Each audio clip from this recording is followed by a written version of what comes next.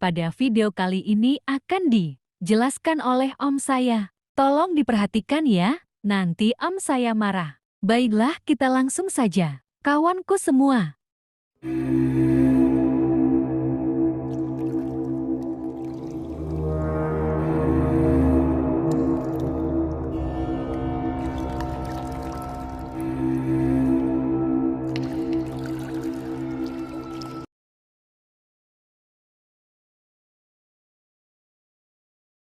Membahas tokoh-tokoh kerajaan di masa lampau, rasanya kita akan terbawa ke masa di mana banyak raja-raja sakti mandraguna yang berkuasa. Tak terkecuali Sri Baduga Maharaja, kesaktiannya sudah sangat melegenda di telinga masyarakat.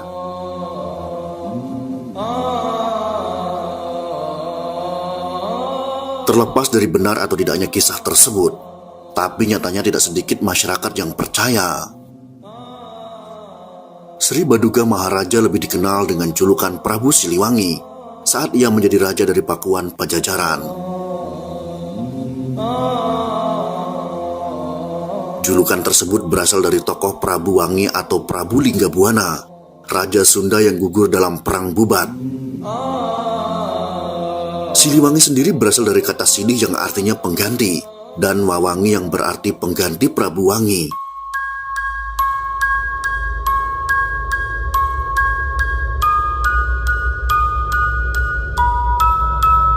Prabu Siliwangi adalah seorang raja yang arif, bijaksana, serta konon sakti mandraguna.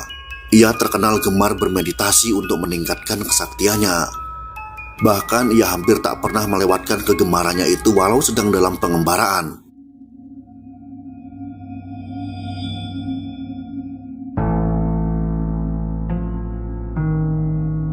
Dalam sebuah kisah, diceritakan Sri Baduga hendak melepas penat saat mengembara di Curug Sawer, Majalengka. Tiba-tiba datang sekawanan macan putih gaib yang hendak menyerang sang Prabu. Berkat kesaktian yang dimiliki Prabu Siliwangi, tak ada satupun dari hewan tak kasat mata tersebut dapat melukainya. Setelah melalui pertarungan yang cukup sengit, Raja Macan Putih bisa dikalahkan oleh Sri Baduga. Semenjak kejadian itu, Raja Macan Putih beserta seluruh pasukannya mulai mengabdi sang Prabu. Sejumlah sumber menyebut bahwa kerajaan Pakuan Pajajaran mencapai masa keemasannya, selain karena karisma Prabu Siliwangi, juga berkat kesetiaan Macan Putih gaib. Sejak saat itu pasukan gaib kebanggaan Pajajaran itu kerap dilibatkan dalam pertahanan kerajaan, maupun saat mengekspansi wilayah sekitar. Sang Prabu pun menyuruh Eyang Jaya untuk menciptakan 3 kujang keramat berbentuk harimau dengan warna yang berbeda-beda. Ada yang terbuat dari batu meteor yang berwarna hitam, ada yang terbuat dari api yang dibekukan berwarna kuning, dan ada pula yang terbuat dari besi rendaman air suci berwarna putih. Ketiga kujang tersebut dijuluki 3 serangkai.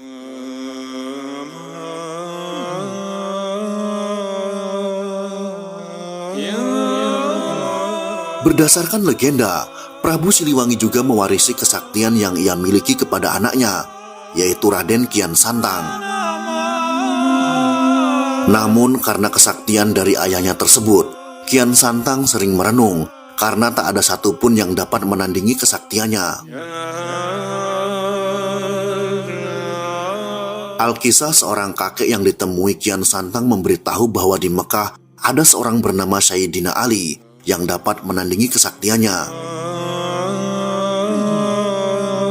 Kian Santang pun akhirnya pergi ke Mekah dan menemui seorang yang disebut-sebut sebagai Sayyidina Ali tersebut. Setelah menyaksikan kesaktian dari Sayyidina Ali, Kian Santang pun merasa takjub dan memutuskan untuk mengucapkan 2 kalimat syahadat.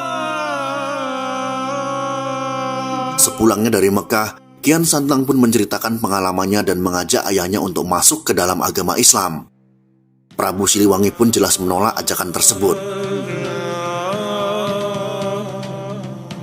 Setelah itu, anaknya pun kembali ke Mekah selama 7 tahun untuk mendalami agama Islam.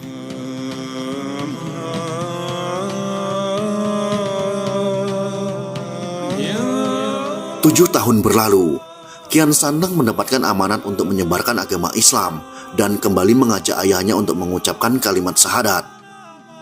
Prabu Siliwangi pun memutuskan untuk melarikan diri dan mengubah istana Pajajaran menjadi hutan belantara. Kian Santang pun mengejar sang Prabu bersama pengikutnya sampai ke hutan Sancang dan terjadilah pertempuran antara keduanya.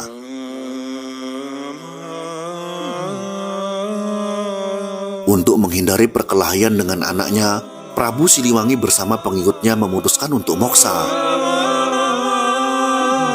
Kisah tersebut menyisakan kontroversi di kalangan sejarawan. Sejumlah ahli menganggap kisah pertempuran tersebut tidak lebih dari sekedar mitos. Ini diyakini karena minimnya artefak dari kerajaan Sunda, sehingga timbul berbagai spekulasi. Dilansir dari historia.id, arkeolog Universitas Indonesia yang bernama Agung Aris Munandar menyebut minimnya data dari kerajaan Sunda kuno. Namun dirinya belum dapat mengatakan alasan minimnya data tersebut.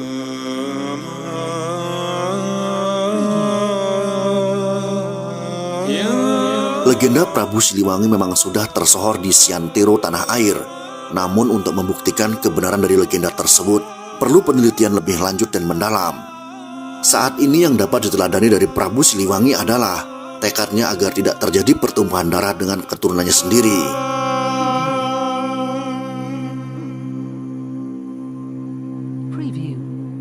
Itulah sekelumit kisah tentang misteri kesaktian Prabu Siliwangi yang melegenda. Semoga kisah ini bisa menginspirasi kita semua.